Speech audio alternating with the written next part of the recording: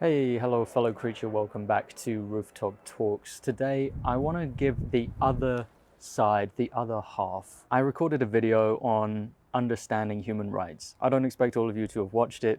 Not a lot of people did see it, but I did release that video. It did not capture the concept of human rights in its totality of deontological rights. I tried to paint a picture with broad strokes, and that's generally what I do on this channel. I try to articulate these things in the best way I can, in the way I know how, and I hope and expect that you're able to fill in the gaps with your own prior knowledge, your own understanding of the world.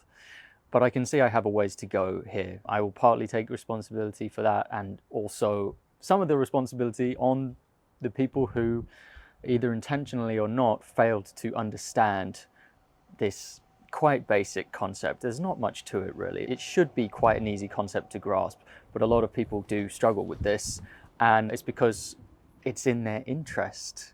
In the context of animal rights, it is in their interest to not understand deontological rights. But yeah, what can I say? I'm still new to this. It's a struggle to explain a concept. If you are someone who takes a great interest in this subject, there are channels that go into the finer details of this. You can check out a channel like Perspective Philosophy, who can really ground you in the meta ethics of something like veganism and deontological rights. I'm here to paint with broad strokes for the people who don't need it to be spelt out for them in such a detailed, comprehensive way. But anyway, getting to the topic at hand, I said in a previous video that rights are a product of our consciousness, okay? Meaning that if a chicken or a pigeon or a piglet exhibits signs of consciousness, a conscious experience of the world where the stimuli that is in that world affect the inside, what's happening to their mind, that is all the criteria we need for that creature to have moral value. And because creatures are born with consciousness, that means that creatures are born with moral value. But explaining it only as far as this has created some confusion with some people, because it sounds as if what I'm saying is some kind of new age spiritualism. There's some kind of magical power that is imbued within every conscious creature born into this world. And that is not what I'm saying. And if you think that way, you really need to listen to what I'm about to explain in this video. I maintain that rights are a product of consciousness, insofar that having a conscious experience makes an individual eligible for having deontological rights that are recognized, okay? We don't give rights to a chair because a chair doesn't have a conscious experience. We can do as we like with a chair, but we cannot say the same thing to a moral patient. Someone with rights, their rights have to be considered before we do something with that creature in a responsible way. But here's the thing. Moral rights, whether they be human rights or animal rights, what is that worth if there is no one around to recognize those rights? And that's where we have the flip side. The other part of the equation here is who is paying attention to those rights and who is recognizing those rights and who is acting upon those rights. And these are what we call moral agents, okay? So this is all you have to think of with this concept. We have moral patients. These are conscious creatures deserving of deontological rights. And then we have moral agents. Now, if you don't have any moral agents in the picture, think a time before humans where it was all just like the African savannah. There's no adult humans in the picture. There are no moral agents to recognize the rights of others. Therefore, rights as a concept doesn't really hold any water. It doesn't hold any value because there's no one there to listen to it. So the idea here is that the concept of rights is only going to lead to something tangible if there are agents involved in recognizing rights and acting upon those rights, okay? And there are 8 billion humans with purchasing power on planet Earth right now. So we are most definitely living in a world with moral agents everywhere you go. Every time you meet a person walking down the street, that's a moral agent if they're an adult. Now, I want to read to you the comment that inspired me to make this video. Out of the 60-something people who have watched the video so far, there's one guy who's piped up and outed himself as not understanding the concept of rights. And that's fine. It's inspired me to create this video to further articulate it for the people who struggle with this. I'm going to read his comment here. So Roy Lewis 2708 has written in a comment, rights, in inverted commas, are nothing but a human concept. They are neither freestanding or innate. They are not gifted by consciousness or intelligence or nature. In fact, nature totally ignores rights when the next tsunami hits the populated beach or the next asteroid lands on London. You cannot shoehorn a concept into abstract reality. Okay, so what he's saying here is that nobody cares about this concept that you've cooked up, you and the other people in Geneva and human rights lawyers. These people that have cooked up this concept of rights, they're all full of shit. And really, nature as an entity doesn't recognize rights. This is evident in predation, as an example, or in natural disaster events. Okay, so this is a very typical retreat away from moral thinking. I've said before that there are numerous ways that anti-vegans and non-vegans respond to things they perceive as a moral threat. It's very common. We see this a lot with liberals, we see this a lot with intellectuals, people on the left especially. When their moral behavior is challenged, a very beloved hiding place for them is in the realm of postmodernism and moral relativism, where they will defend that there is no such thing as truth, no such thing as subjective reality, and therefore there is no such thing as morality.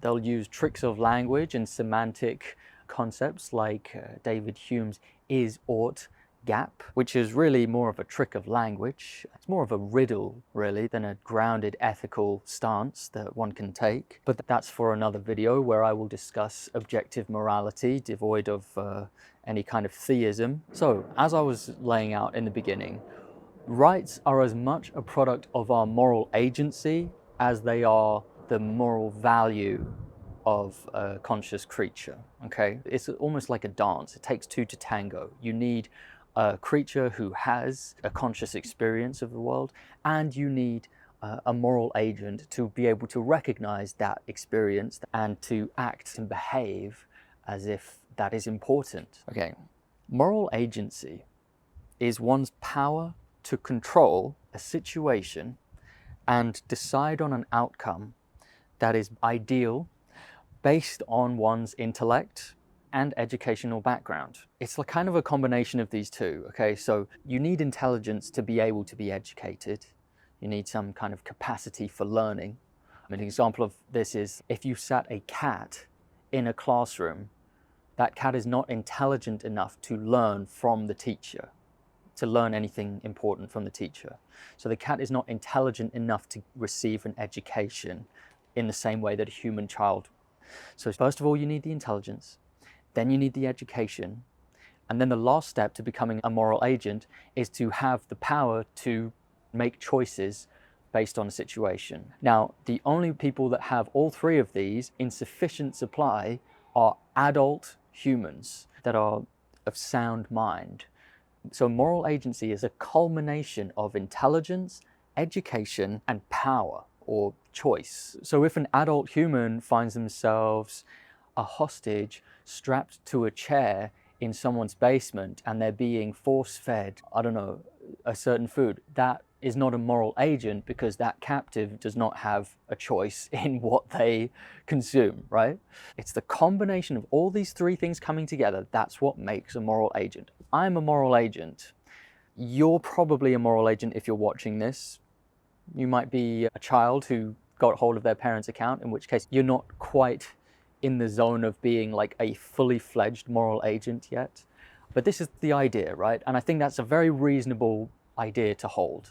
It's a very commonly held thing as well. Like, I'm not inventing anything from whole cloth here. Our legal systems understand this. That's why we don't persecute toddlers for violent crimes, or we don't put a house cat on trial for killing a sparrow in the garden, okay? Because these are not moral agents. You need the reasonable ability to make a choice before we can hold you accountable to that choice. So one of the examples this commenter said is a tsunami. He said a tsunami doesn't care about anything and will still take the lives of many individuals. Yes, absolutely. A tsunami does not have moral agency. A tsunami has an IQ of 0. It's the effect of living on a planet affected by gravity and continental shifts, tectonic plate boundaries, and part of that planet being made of water and whatnot. There's no intelligence behind it. You might perceive some intelligent design, but intelligent design is not the same as agency. It's not the same as being intelligent. And like a tsunami, many animals do not have the intellectual capacity to really understand what they're doing, the implications of what they're doing. They also don't necessarily have the choice, because many animals in the wild are in a survival situation where if they do not kill, they will die. And so natural disasters and wild animals are not eligible for being moral agents. And therefore, unlike you watching this, they cannot be held accountable for what they do. There is a massive gulf of difference between being eligible as a moral agent versus being eligible as a moral patient. I have seen many sophists try to play this as a sleight of hand when debating the morality of enslaving, controlling, abusing, and exterminating animal populations. In a name the trait argument, one of these sophists will say that the trait that differentiates animals from humans, that mean that humans are deserving of rights and animals are not, that it is this word called sapience. And sapience is like agency. It's like you have a choice, you're able to govern yourself and go in a particular direction. And of course, what they're doing here is they are conflating being a moral patient with a moral agent. There's a different set of criteria for being a moral agent than there is for being a moral patient. I'll flesh this out with an example. Imagine a baby and a daddy. And the daddy's playing peekaboo with the baby. He's going peekaboo, peekaboo like that. And the dad's having loads of fun by playing with the baby. And the baby's getting a little bit tired. He's a baby, right? Less than a year old. The baby's getting a bit tired. And in an effort to just be like, oh, go away, stop, the baby kind of does this and goes right in the dad's eye, okay? And because there's a gradient of how much moral agency a creature can have, maybe there's a part of the baby that kind of knew what was going on there, that kind of had an idea that maybe by going like that, they would be inflicting some pain by poking the dad in the eye. But that's not a problem. The fact that there is a gradient of moral agency does not mean that baby should be held accountable at that age for inflicting pain on the father, okay? There is sufficient grounds for dismissal in that kind of accusation. But the dad, who has been through the education system, is sufficiently intelligent, even has a major in ethics, an ethics major, the dad decides, you know what, fuck it, eye for an eye, and goes to the baby and goes like that, and pokes the baby in the eye with the same amount of force, and the baby starts crying and the pain is inflicted, right? So we have these two individuals here, both having a conscious experience, and one of them should be held accountable for their actions. And that is the father. The other one should not. The father is a moral agent. The father knew what he was doing, had a choice to not do it, had the educational background and the intelligence background to know better, and still caused bodily harm to his own child. Very despicable in this example, pretty dark actually. But I think it's a good example because it's steep, right? It's a very steep difference between the two. Here we can see that both of these individuals are eligible for being moral patients because they both have the capacity to feel things, to have a subjective experience, so they are both moral patients and should be treated as such by any moral agent. But only one of them can be held accountable if they behave badly. Only one of them has the sufficient criteria to being a moral agent. Some of the words I'm saying might sound kind of complex or advanced. It's really not. This is really common fucking sense. And this guy, this commenter, what's his name? Roy Lewis is acting a fool for trying to obfuscate this and obscure this. The other thing that Roy Lewis said is that rights are nothing but a human concept. Okay, so it's a dismissal of anything that has been created as a concept by humans. And I just want to point out here that something being a human concept does not invalidate it in any way. For example, the Geneva Convention was an entirely human-made concept. Does that mean that it's null and void? Does that mean that it has no value as a human concept, the Geneva Convention? Should we not follow the Geneva Convention because it's a human concept? I'm so tired of these postmodernists and these wannabe intellectuals dismissing things on the grounds that they are human constructs or human concepts. It's a retreat away from moralistic thinking. It's a dismissal of all of the progress we've made as a society up until now, and it should be pointed out and it should be ridiculed. And here's the other point I want to make.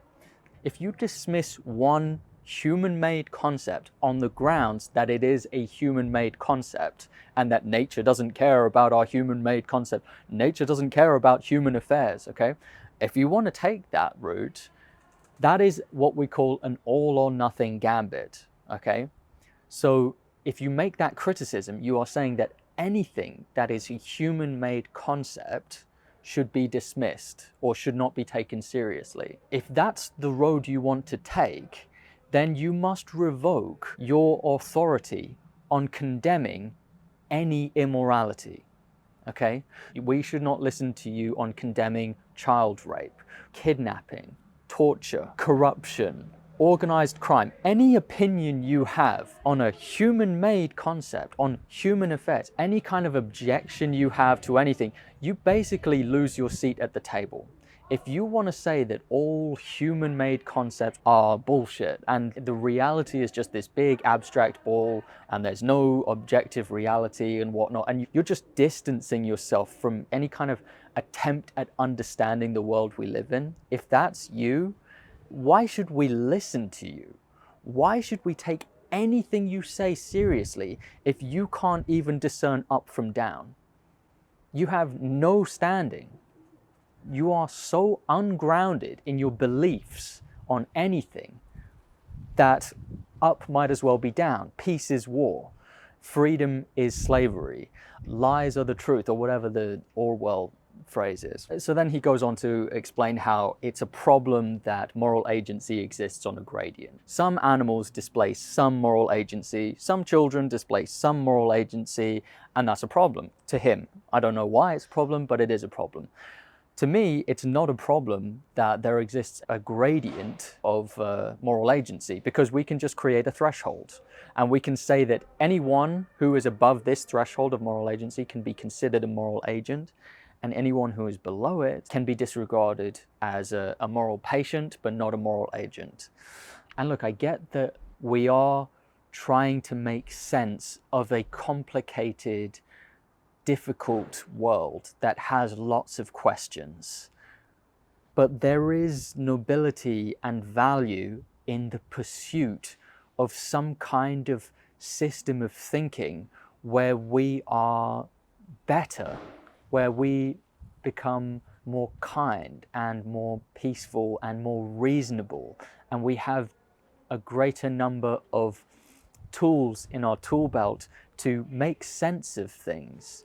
That is not what is proposed by this commenter. The proposal by this commenter is to reject it all and to just have the world be a massive power struggle where the weak are crushed and the strong accumulate all and gain possession of everything. And I don't want to live in that world, and I don't think you do either, and I don't think it favors us. Sorry, there's a lot of people making noise downstairs. I'll end the video by asking this. If you are one of these postmodernists, one of these moral relativists, and you find that you're only a postmodernist or you're only a moral relativist when the subject of animals comes up, when the subject of veganism comes up, or the subject of animal rights comes up, I want you to just ask yourself, what is it that you're fighting for at the end of all of this? What's the end goal? What are you trying to achieve here? Are you trying to assert that all concepts of morality are futile and should be dismissed and ignored? The entire subject of morality and ethics, just do away with it all because it's a human concept, it's a human construct. Do you want to assert that the powerful should have the right to exploit the powerless because they're more powerful and might makes right? In which case, I'm sure the Hitler Youth would love to have you as a member. Are you trying to argue that qualities like compassion and justice are for the weak and the stupid? That we should live our lives according to the laws given by the jungle? We should essentially run our societies according to prison rules. The strongest survive. Everyone else has to kiss the ring. If you're born weak, if you're born stupid, tough luck. You're going to live a life of hell while the most powerful party on. That's not a world I want to live in. But also ask yourself, did you come here to actually make an argument like that? If so, what are the motivations for it? And are you sure that you're not just triggered, making this argument as a reflex, like someone who tips the chessboard and says, fuck this game is stupid, because their king was put in check? It's quite childish, isn't it? Play the game or fuck off. I want to see engagement in moral arguments. And if you want to retreat away from all moral thinking, all moral behavior, as so many people I see are trying to, fuck off then. Your input is not helpful if you believe these post-truth, post-modern, post-morality distortions. You're not helping anyone. You're not even helping yourself. You're lying to yourself. And you're doing it all as a reactionary response because you've been called out. Your behavior has been called into question and you don't like that. And you think that through your intelligence that you can find a technicality that lets you off the hook for something. But that's not very honest. Okay, hopefully I've articulated myself well enough in this video. Wow, it's gone on a long time.